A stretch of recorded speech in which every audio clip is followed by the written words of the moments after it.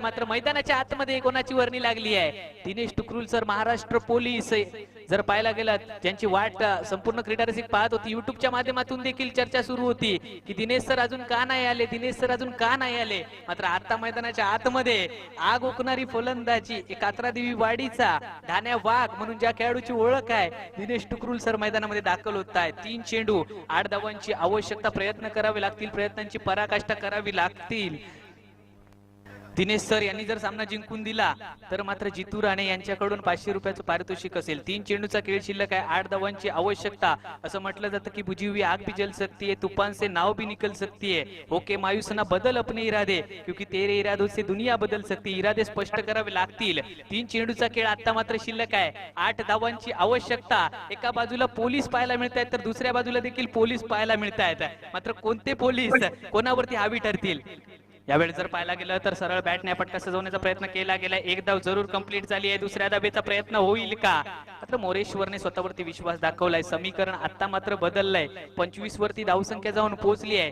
2 चेंडूचा खेळ आता मात्र शिल्लक आहे. 7 धावांची आवश्यकता. मोरेश्वरकडे क्षमता आहे, मात्र ती क्षमता या मॅच मध्ये दाखवावी लागेल. प्रॅक्टिस केली आहे, मात्र ती प्रॅक्टिस सध्यात उतरवावी लागेल. 2 चेंडू जिंकण्यासाठी धावा करायच्या 7. एकदा सामना आवडला असेल तर टाळ्यांचा कडकडाट या सामन्यासाठी झाला पाहिजे.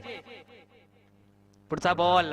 यावेळेस जर पाहायला गेलं तर बॅटची छोटीशी हलकीशी एज लागली आहे आणि जर पाहायला गेलं तर 1 धाव आपल्याला पाहायला मिळत आहेत. आता जर दिनेश सर पाहायला मिळत आहे स्ट्रायकिंग एंडला.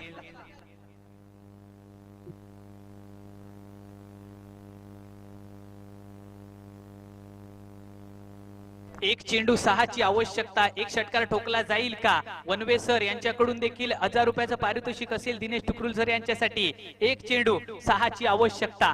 पुन्हा एकदा पुढचा बॉल. यावेळेस मात्र मोठा फटका सजवलाय आणि चेंडूचा प्रवास सीमारेषा पार आलाय. दिनेश सर यांच्या बॅट मधून षटकार. चला चला अविनाश वनवे सर, तुमचं एटीएम कार्ड लगेचच इथे घेऊन यायचं आहे. अविनाश वनवे सर.